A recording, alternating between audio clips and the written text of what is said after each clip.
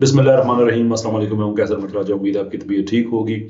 और ज़रा इमेजिन करें कि 1947 की हमारी कोई ऐसी माँ, कोई ऐसी बहन जिसने अपनी इज्जत लुटाई, अपनी अ, बच्चों की ज़िंदगी की कुर्बानी दी, उसके सामने उसका सारा ख़ानदान लुटा पुटा, वो बेआबरू हुई कि हमें हमारा ये पाकिस्तान मिले। आलम तख़य्युल में हमारी उससे मुलाकात होती है और वो हमसे पूछती है कि बेटा, इसके लिए सारा कुछ, ये जो भी आपने देखा है, इसके लिए किया था हमने सारा कुछ। ये तो हमें वहां पे भी मिल सकता था। वो हम अगर वहां पे करते तो किसी को क्या प्रॉब्लम था। लेकिन वी मेड अ डिसीजन, हमने फैसला किया था कि हमने एक ऐसा मुल्क बनाना है जहां पे हम एक इस्लामी जिंदगी को लेके आगे चले। पता नहीं क्यों गाली बन गई इस्लामी जिंदगी। ये थोड़े से लिबरल्स, लादीन तबका जो कभी लिबरल्स की सूरत में आता है, मैं सब लिबरल्स को लादीन नहीं कहता, लेकिन जिस तरह से ये इन्फिल्ट्रेट कर रहे हैं, और हमेशा मैंने दो जगह हैं जिनका मैंने नाम लिया, एक हमारा मीडिया है और एक हमारा एकेडमिया है, जहां पे ये जहन साजी की जाती है। अब मीडिया हमारा देख ले कहां पे पहुंच गया है कि रियासत का टीवी चैनल, जिसका आइडियल काम यह है कि वो रियासत के मिजाज के बारे में बताए, वो रियासत को वो जो जुर्म हुआ करता था माशरती तौर पर, इस तरह के जो मुजरे होते थे, वो उसको दिखा रहा है कि नॉर्म, ना सिर्फ ये कि नॉर्मलाइज कर रहा है, बल्कि वो उसको इनकरेज कर रहा है। और देखने वाले कौन है? सारी स्टेट बैठी हुई है, सब के सब बैठे हुए हैं कि ये हमारी बहनें देखें, हमारी बेटियां देखें।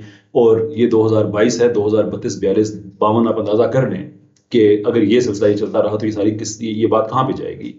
और पर्टिकुलरली हर्ट्स मी इज कि हम आखिरकार जवाब क्या देंगे उन लोगों को जिन लोगों ने देखें, एक घर शिफ्ट करना कितना मुश्किल काम होता है। जिन लोगों ने घर शिफ्ट किया है उनको आप पूछें कि कितना स्ट्रेसफुल इवेंट होता है।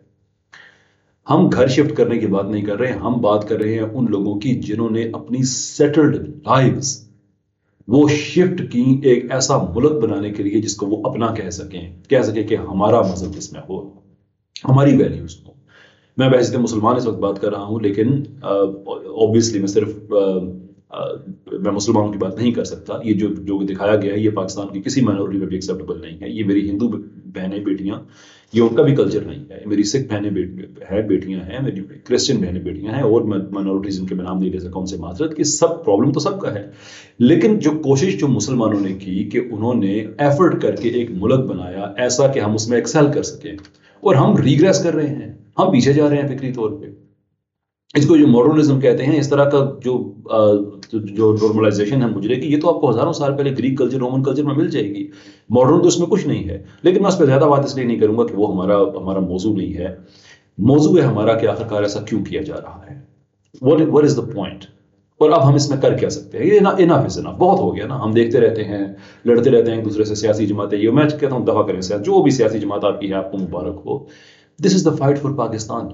ये हमारे बच्चों के मुस्तकबिल की लड़ाई है कि हमारे सामने हमारा स्टेट मीडिया हमें बेगैरती को वो प्रमोट कर रहा है कि ये करो, ठीक है।